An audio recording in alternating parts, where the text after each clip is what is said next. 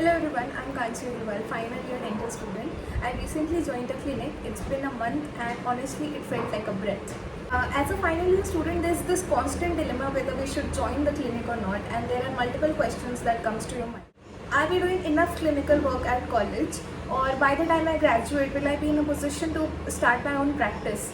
How different is studying theory and then implying it? What are the various other treatment modalities that I'm unaware of, which practitioners are doing at their clinic? Soft skill development. And here are some reasons why you should join a clinic. So first of all, it's always said in dentistry that the earlier you start, the better. It will always be better to step into the real world with some backing and confidence that you have gained over the years doing cases and gaining knowledge through practical skills.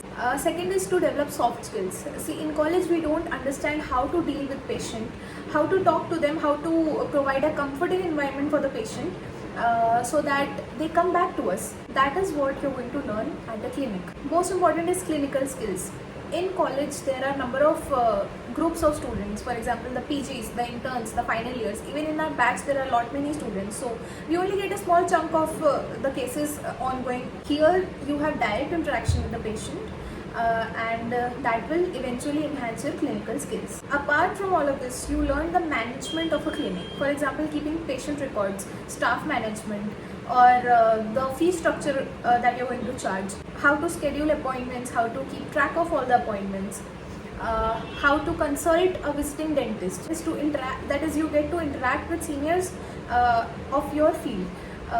Generally, a dentist has ties with visiting consultants at the clinic. For example, an implantologist or an oral surgeon who visit their clinic to perform certain cases which the doctor himself is not performing. The sixth point is that you get to know the scope of a treatment. Usually we don't understand how big or small a treatment can be. By doing just simple scaling, you will be able to get your bread and butter, or an extraction for that matter. I'd suggest you look up for the cases of disimpaction of third molar, and you'll get a fair idea. Most important thing was for me was that you will find your interest. If you are considering doing PG, then you'll actually realize what branch interests you the most. It also gives a sense of fulfillment and hustle, if that matters. After considering all of this, I finally joined the clinic. What exactly is the best time to join a clinic? In my opinion, it is when you have gained a basic knowledge of what treatments are going on in the clinic on regular basis. And that will come when you have completed at least 6 months of final year, which is one complete rotation in every department. I hope it's the same in every college. The year is divided to first 6 months and second 6 months, 2 rotations. In first rotation, you are posted in every department once. So after completing that one rotation, I think you are good enough to join a clinic.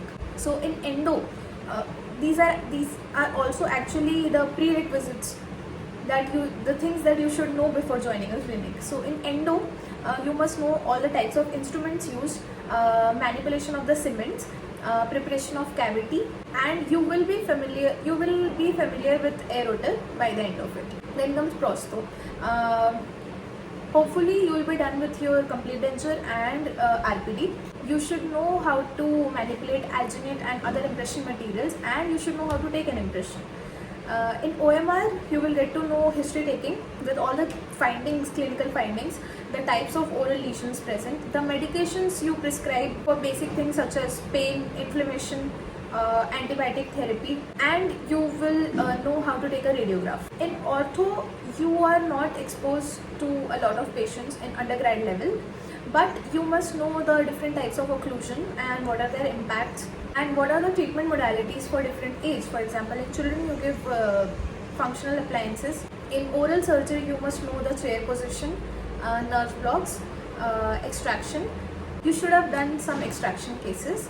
You should also be aware of the different types of elevators, forceps, their uses, their positions, angulations, chair position, and you should be able to calm down patient because patients are more scared of the dentist, especially while extraction. In pedo, you must know the eruption sequence, child psychology, how to deal with apprehensive patients, and the diseases which are specific to different age groups. In perio, I think we are mostly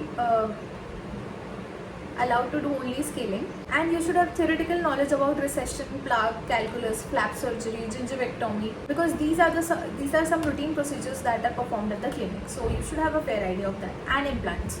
In PhD, you get to know about endemic diseases, for example, fluorosis. But most importantly, PhD teaches you how to practice ethical dentistry, which treatment would be in the best interest of the patient and you. It will also tell you about medico-legal cases and how to protect your rights and patients' rights. So these are some prerequisites. This is it for today's video. Please consider subscribing. Your appreciation goes a long way. Hopefully I'll make more videos based on my experience and how I found a clinic which was good for me, and what are the factors that you should consider before choosing your clinic. That's it.